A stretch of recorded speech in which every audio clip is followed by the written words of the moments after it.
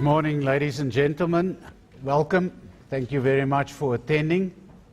This is our annual event, which we always use to introduce new developments, to evaluate where we are at, and to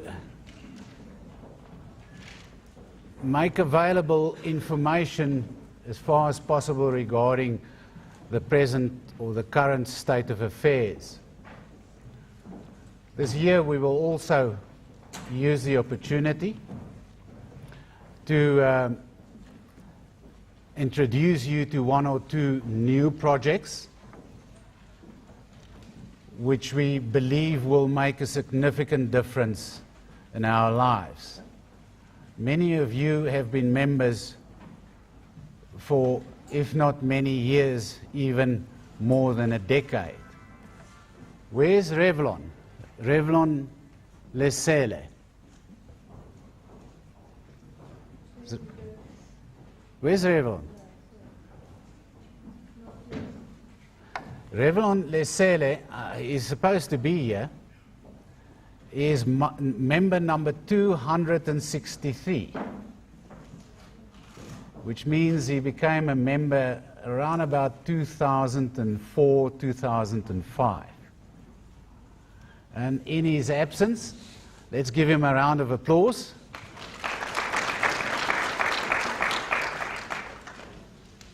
Last week we had the opportunity to entertain member number 5, who became a member in 2003. So it is my distinct pleasure to welcome you here. Many, if not most of you, already know us. And for those of you who we're meeting the first time today, we are Gert and Bianca van Staden. We are the joint CEOs of the group.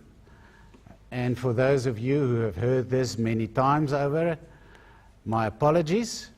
But we are not only the CEOs of the group, we primarily property investors. We're also practicing attorneys and conveyancers and tax practitioners. Now, if we talk about attorneys, most of you know they say very nice things about attorneys. I'll invite you to send me a few ones which I haven't heard before, and I cannot think there are some out there which I have not heard. The one which I like very much, at my own expense, is two old school friends meet each other after 30 years. And as these things normally happen, they ask each other about their lives after school. The one is living in United Kingdom and London, and he is now a civil engineer. Quite a few civil engineers here today. Why is it that so many engineers are P3 members? There must be some correlation. You must give me your thoughts about this sometime or another. Yeah. I always love putting you on the spot because I know you can take it.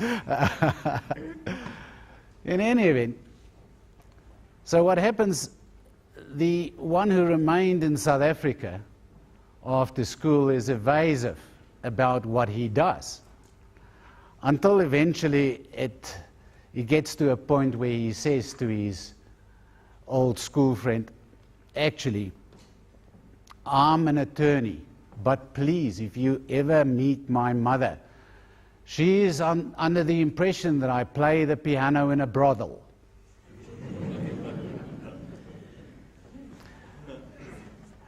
Ladies and gentlemen, we are going to very briefly today revisit some old truths. Now, most of you would realize by now that there is nothing new under the sun. Most of what we do is not rocket science. It is, in fact, old truths. And many of you have also heard me say this. Property is a generational mindset. I always tell you, when you go to Europe, make a point to go to Italy. Visit Rome. Whom of you have ever been to Rome? Did you drive along the Via Appia? No. You didn't? I think you need to try and avoid driving in Italy if possible. Of course, that would be a good idea to avoid those swearing, screaming drivers. And it seems as if nobody's indicators on any car in Italy actually works. If you get the opportunity, go and drive along the Via Appia. A big part of it is a cobblestone road. And that road is 2,043 years old. And you still drive on it. Every single day, thousands of vehicles. And as you drive along the Via Appia towards the Colosseum, the Colosseum, by the way, is also approximately 2,020 years old.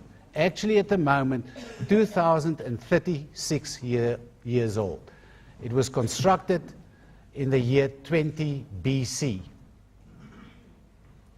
And there she still is. And as you drive towards the Colosseum on your left-hand side, you find a number of insulae. Insulae is just the old Latin word for a block of flats. And people live in those insulae. And one of them, the first one that you get on your left-hand side, is actually 2,000 years old. Now that should tell you something. It should tell us that we have to do something about our mindset as far as land is concerned. Because if you stop thinking in short-term terms and you start thinking generational, then you're on the right track. Why do we invest in property? Rian, can I put you on the spot? Ladies and gentlemen, Rian, his answer is to accumulate wealth. I think we, in general terms, agree with that. The next question is this: why do we accumulate wealth? And this is actually the part which is not that easy. What do you say? We want to make sure that we retire well and leave a legacy. We want to make sure we retire with adequate resources. So that's the gist of it. Anything else? Sir? I beg your pardon? Aha, yes. You, sir? Okay. And it's actually as easy as that, isn't it? If we look at what we do, we're going to revisit this again briefly today. As in our modern society, the reality is that we live longer than what we used to 20 years ago, or even 10 years ago. People who would die of a heart attack at age 62 nowadays would survive that. They would go into hospital for a multiple bypass, and it would extend their lifespans with up to 20, 30 years. My own father had developed serious heart condition age 64.